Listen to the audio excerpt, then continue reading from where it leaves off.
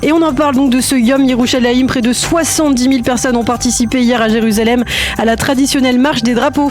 Et oui, Ilana, une marche des drapeaux qui s'est déroulée sans incident notable, si ce n'est quelques frictions entre jeunes Israéliens et Palestiniens à l'entrée de la porte de Damas. Mais de facto, le Hamas n'a pas mis ses menaces d'escalade de la violence à exécution.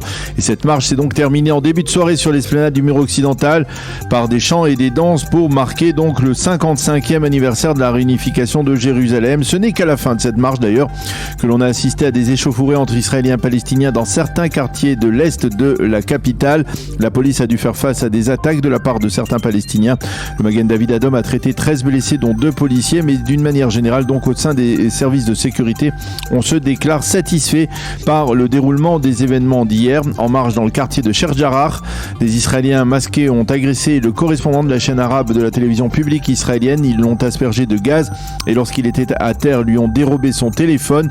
Enfin, à Issaouia, dans la partie est de Jérusalem, des cocktails incendiaires ont été lancés en direction de 2 autobus israéliens qui avaient pénétré par erreur dans le village. Il n'y a pas eu de blessés.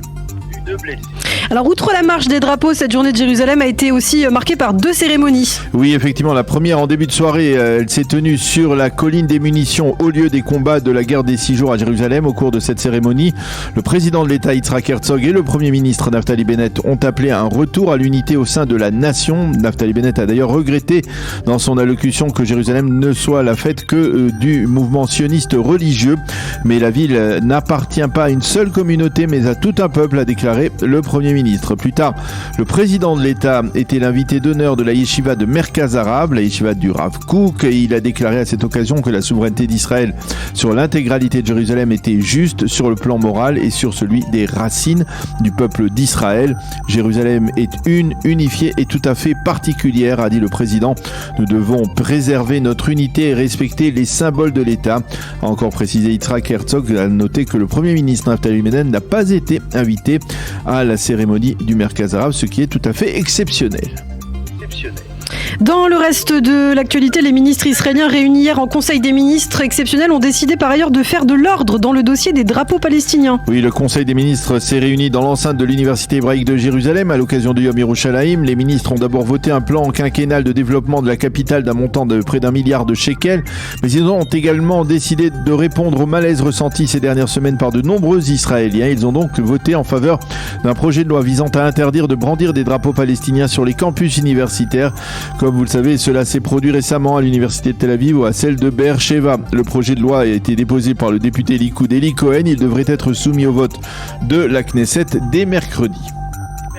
Et justement, la Knesset reprend son activité avec une nouvelle semaine parlementaire périlleuse pour l'actuelle coalition. Une coalition qui, on le sait, ne tient plus qu'à un fil pour limiter les dégâts. Les responsables de l'actuelle coalition négocient donc avec le député Likoud Yariv Levin, qui est très proche de Binyamin Netanyahou, qui est en fait le président du groupe parlementaire Likoud, et ce dans l'espoir de parvenir à un ordre du jour convenu entre les formations de la coalition et de l'opposition dans les prochains jours. L'un des projets de loi qui est actuellement bloqué par l'absence de majorité parlementaire, c'est celui de la députée Sharon Haskel du Nouvel Espoir et qui se rapporte au cannabis, un projet qui ne recueille pas le soutien du parti Ra'am. Autre projet de loi qui pourrait être déposé dès aujourd'hui, la loi sur l'instauration de la souveraineté de la loi israélienne en Judée et en Samarie. À ce propos, le Likoud n'a apparemment pas l'intention de voler au secours de la coalition. Et puis on en parle sur le terrain. La dernière semaine des grandes manœuvres militaires conjointes entre Israël et plusieurs armées s'est ouverte hier. Il s'agit de grandes manœuvres qui ont débuté il y a de cela plus de 3 semaines. Des manœuvres intitulées Au-delà de l'horizon qui ont été organisées entre autres avec le concours de l'armée chypriote, donc sur l'île de Chypre, avec la participation d'unités de l'armée de l'air israélienne, d'unités d'élite telles que les commandos marins, le Yahalom, l'unité d'élite du génie israélien. Selon Tsahal, l'objectif de cet exercice est de vérifier l'efficacité des forces israéliennes au-delà des lignes ennemies, et ce en particulier dans des zones qui ne sont pas familières aux soldats israéliens. Et puis très rapidement, un nouveau coup de jour pour le portefeuille des Israéliens avec la hausse très sensible du prix du carburant. Et oui, à partir de minuit, l'essence va augmenter de 70 agorotes. Le prix d'un litre de super passera à 7 shekels 72 agorotes. Il s'agit là d'un tarif record pour les 9 dernières années. Le ministère des Finances envisage de réduire les taxes sur l'essence afin de faire baisser ce tarif, comme cela a d'ailleurs été déjà fait il y a de cela quelques semaines. Merci beaucoup Daniel Haïk, notre correspondant à Jérusalem. On vous retrouve tout à l'heure sur Radio J.